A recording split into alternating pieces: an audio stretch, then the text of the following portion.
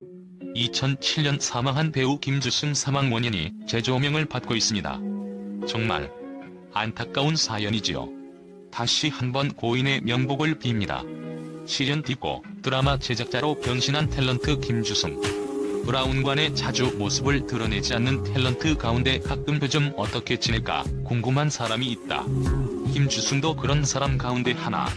50 시절 큰손 장영자의 사위, 사업 실패와 2차례의 암수술 등 이딴 시련을 겪으면서도 간간히 TV 출연을 해왔지만 좀처럼 자신을 드러내지 않던 그가 드라마 제작자로 변신했다는 소식이 들렸다. 현재 방영 중인 SBS 금요드라마 나도야 간다를 제작하는 디지털톰이 바로 그가 운영하는 회사. 지난 5월 중순 만난 그는 전성기 때보다 배가 조금 나왔을 뿐 깔끔한 인상이며 지적인 이미지는 변함이 없었다. 이수만, 박진영 등 가수들이 연예기획사를 운영하고는 있지만 연계자가 직접 드라마 제작에 나선 경우는 그가 처음이다. 그는 2003년부터 2년간 탤런트 협회장을 맡으며 연기자와 방송국, 시청자들이 모두 만족할 수 있는 좋은 드라마를 만들고 싶은 욕심을 갖게 됐다고 말했다. 특히 그는 연기자들의 처우 개선 문제에 관심이 많다고. 왜 사서 고생을 하냐고 말리는 사람이 많았어요. 하지만 제가 협회장을 하면서 나이 들어 소외돼가는 연기자, 부당한 대우를 받는 연기자들을 보며 제작 환경을 개선해야겠다는 생각을 많이 했어요. 세상이 만만치 않기 때문에 얼마나 지켜질지 모르겠지만 그런 소수의 권익을 보호해주면서도 드라마를 잘 만들 수 있다는 걸 보여주고 싶어요. 그는 또 내용적인 면에서는 사람 냄새나는 따뜻한 드라마를 만들고 싶다고 한다. 나도야 간다 역시 청춘 남녀 일색인 요즘 드라마와는 차이점을 보이고 있다. 40살이 넘어 딸과 같은 학번으로 대학에 다니는 여성을 주인공으로 세자매가 펼치는 가족 이야기에 초점이 맞춰진다. 드라마가 언제부턴가 가족을 벗어나서 젊은 사람들의 생각과 생활만을 보여주는 것 같아요. 이번 작품에선 세자매와 모녀를 중심으로 한 가족이 살아가는 이야기를 보여주게 될 겁니다. 드라마를 제작하며 힘든 점을 묻자 그는 캐스팅 문제를 꼽았다. 자신이 연기를 하면서도 PD들로부터 캐스팅이 어렵다는 말을 자주 듣긴 했지만 이렇게 진이 빠질 줄은 몰랐다는 것. 전에 한 PD가 캐스팅만 하면 작품 반을 만든 것과 마찬가지란 말을 했는데 그 말을 실감하고 있어요. 그래도 제가 연기를 하면서 쌓은 인맥이 도움이 되고 있어요. 이번 드라마에 출연하는 김미숙 씨, 정보석 씨가 다 그런 인연이죠. 아내가 없었다면 힘든 시기 견뎌내지 못했을 것. 1983년 MBC 공채 탤런트로 데뷔, 85년 드라마 첫사랑에서 황심의 상대 역을 맡으면서 청춘 스타로 급부상한 그는 90년 장영자 씨의 큰딸 김신아 씨와 결혼, 세간의 화제를 모았다. 하지만 96년 연기와 병행하던 사업이 부도가 나 수배를 받게 된 그는 미국으로 기약 없는 도피 생활을 떠나야 했다. 자존심에 커다란 상처를 입은 그는 술과 담배에 찌들어 살며 자신의 몸을 학대했다고 한다. 당신은 저 하나쯤은 어떻게 돼도 상관없다는 생각을 하면서 살았던 것 같아요. 아마 혼자였다면 견뎌내기 힘들었을 겁니다.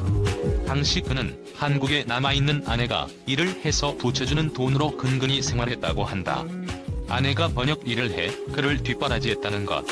그는 아내의 헌신적인 뒷바라지 덕분에 재기를 생각하게 됐다며 여러 차례 이혼설이 나돌기도 했지만 그건 우리 부부의 사정을 모르는 사람들이 만들어낸 얘기라고 말했다. 서울에서 재리치다거리를 하고 있는 아내를 생각하면서 다시 살아야겠다는 생각이 들었어요. 부와 명예를 잃었으니 건강이라도 지켜야겠다는 생각이 들어 우선 술 담배를 끊었죠. 결국 그는 2년간의 미국 생활을 끝내고 한국으로 돌아와 드라마에 출연하며 재기의 발판을 마련했다. 하지만 어렵사리 SBS 형제 강에 출연해 안정을 되찾을 무렵 그는 덜컥 신장암 판정을 받았다고 한다. 신장은 온몸의 혈액순환을 관장하는 장기이기 때문에 그곳에 암이 생기면 전이 속도가 무척 빠르다며 의사는 하루빨리 수술을 하자고 하더군요. 하지만 형제 강은 제겐 무척이나 의미 있는 작품이었기 때문에 선뜻 그러질 못했어요. 그는 작품을 끝내고 나서야 수술을 받았고 그렇게 목숨을 담보로 최선을 다했던 만큼 형제 강을 가장 기억에 남는 작품으로 꼽았다. 하지만 6개월 후 그는 또다시 췌장암으로 수술대에 올라야 했다. 다행히 수술 경과가 좋아 이제는 안심해도 된다는 말을 들었다고. 의사가 술, 담배를 끊은 게 가장 큰 힘이 됐다고 하더군요. 술은 이제 가끔 마셔도 별 맛이 없는데 담배는 끊은 지 10년이 지난 지금까지 생각이 나요. 한번 담배를 피운 사람의 머릿속에는 평생 니코틴 인자가 각인돼 없어지지 않는다고 하더라고요. 김주승은 그간의 시련과 굴곡을 담담하게 풀어놓았다. 내친 김에 그에게 복역 중인 장모 장영자 씨의 근황을 물었다. 장모에게 불미스러운 일이 있을 때마다 자신의 이름도 같이 거론되는 바람에 이래저래 마음고생을 했지만 그는 원망하는 마음이 전혀 없는 눈치였다. 그는 가끔 면회를 가지만 장모님께서 당신의 이름이 사람들 입에 오르내리는 걸 원치 않는다며 그 얘기는 매듭을 짓고 싶어 했다. 활발히 활동하던 고 김주승은 1997년 최장암 선고를 받고 잠정적으로 방송활동을 중단했었는데요. 이후 투병 생활을 하다가 2007년 건강이 악화돼 사망을 하게 되죠. 췌장암은 췌장에 생긴 암세포로 이루어진 종양덩어리로 발병 원인은 명확하지 않으며 모든 암 중 가장 예후가 좋지 않은 것으로 알려져 있습니다. 한편 김용애 역시 췌장암 진단을 받고 투병 중이라고 하는데요.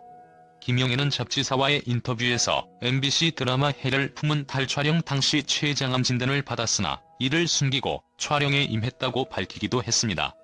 그 이유에 대해 김용애는 쓰러질 때까지는 끝까지 최선을 다하는 게 연기자의 자세라면서 지금처럼 좋은 환경에서 연기를 시작한 게 아니기 때문에 참을성이 많이 길러진 것 같다고 겸손하게 말하기도 했습니다. 이후 김주승의 사망 원인은 한간의 췌장암으로 알려졌으나 실제로는 신장암이라고 하는데요. 김주승이 대표를 맡았던 드라마 제작사 디지털돔 측은 김주승이 10년 전 수술한 신장암이 재발해 1년 넘게 투병 생활을 했다. 암세포의 전이가 많이 돼 결국 숨을 거뒀다고 밝힌 바 있습니다. 하늘나라에서는 부디 아프지 않았으면 너무 좋겠네요.